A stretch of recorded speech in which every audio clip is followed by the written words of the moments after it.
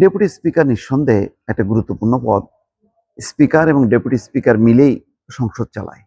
আর সংসদটা সামনে যেহেতু গুরুত্বপূর্ণ, বলা হচ্ছে যে গণতান্ত্রিক রাজনীতি, সংসদীয় সরকার ব্যবস্থায় সংসদ হবে আলোচনার কেন্দ্রবিন্দু। সুতরাং সেই ক্ষেত্রে ডেপুটি স্পিকারের পদটি অবশ্যই প্রতিমন্ত্রীর পর্যায়ের।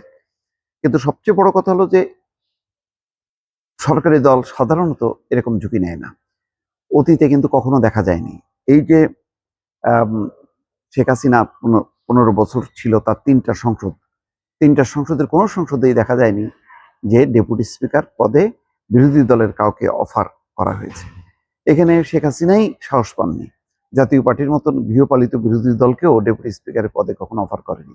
সেখানে এবার প্রবল প্রতিদ্বন্দ্বী, এবং যেখানে জামাত বলছে যে তারা মনে করে যে ইলেকশন ইঞ্জিনিয়ারিং এর মাধ্যমে তাদেরকে হারিয়ে দেওয়া হয়েছে, সেই জামাতকে ডেপুটি স্পিকারের পদ অফার করা, এটা বড় ধরনের একটা ঐক্যমত্যের রাজনীতির একটি প্রতিফলন। আজকে প্রধানমন্ত্রী তারেক রহমানের সঙ্গে বৈঠকের পর, স্বরাষ্ট্রমন্ত্রী বৈঠক থেকে বের হয়ে এসে সচিবালয় বৈঠকের পর তিনি সাংবাদিকদের বলেছেন যে আমরা যেহেতু জুলাই সনদে আছে ডেপুটি স্পিকারের পদটি হবে বিরোধী দলের, সেই হিসেবে তারা জামাতকে অফার করেছে। এখন জামাত এটি গ্রহণ করবে কি করবে না বিষয়টা পরিষ্কার না, কিন্তু সরকারি দল এটা বড় মহত্বের পরিচয় দিয়েছে যে না, তাদেরকে বলা হচ্ছিল যে তারা জুলাই সনদ মানে না, তারা বিশ্বাসঘাতকতা করেছে, নানান রকম কথাবার্তা জামাত থেকেও বলা হয়েছে। এনসিপি তো মানে কি বলছে না বলছে সেটা প্রতিনিয়ত সবাই দেখছে, কিন্তু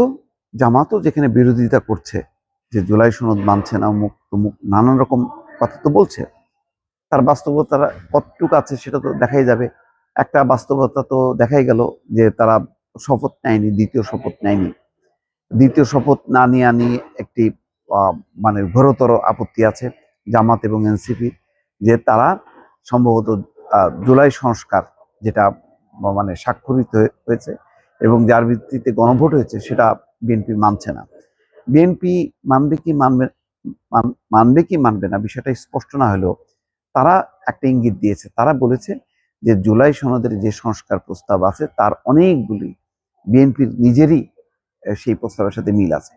ফলে তারা তাদের প্রস্তাবগুলো ইমপ্লিমেন্ট যখন করবে তখন একই সাথে ওই জুলাই প্রস্তাবের বিষয়টিও মীমাংসা হয়ে যাবে। সব মিলায় এটা খুবই ইন্টারেস্টিং ব্যাপার যে যেখানে বেশ নির্বাচনের পরপর বিরোধ যেখানে জমজমাট, সেখানে অফার করা ডেপুটি স্পিকারের পদটি, এটা রাজনীতির অঙ্গনে এটা নিঃসন্দেহে একটা বড় ধরনের চমক। দেখা যাক শেষ পর্যন্ত জামাত এই অফারের প্রেক্ষিতে কি অবস্থান নেয়।